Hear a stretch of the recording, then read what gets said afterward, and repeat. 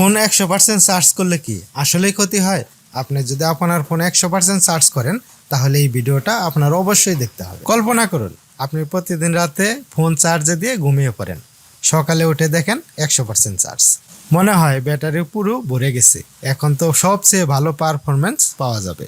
কিন্তু এখানেই আছে একটা ছোট্ট সমস্যা। ফোনের ব্যাটারি মানুষের মতোই, সবসময় একেবারে চাপে রাখলে তারও ক্ষতি হয়।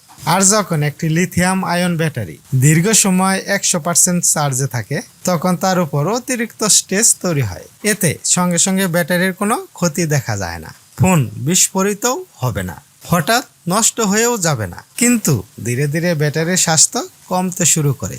ব্যাটারির দীর্ঘ সময় চার্জ ধরে রাখার ক্ষমতা কমে যায়।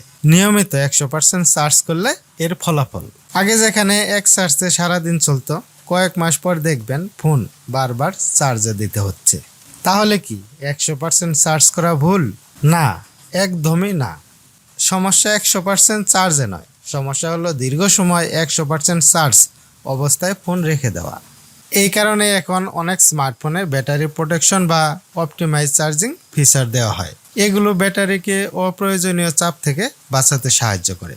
বিশেষজ্ঞদের মতে ব্যাটারির চার্জ সাধারণত 20% থেকে 80% চার্জের মধ্যে রাখলে ব্যাটারি সবচেয়ে বেশি দিন টিকে। ব্যাটারির চার্জ ধরে রাখার ক্ষমতা অনেক ভালো থাকে, তার কারণে আপনি এক চার্জেই অনেক সময় আপনার ফোন ব্যবহার করতে পারবেন।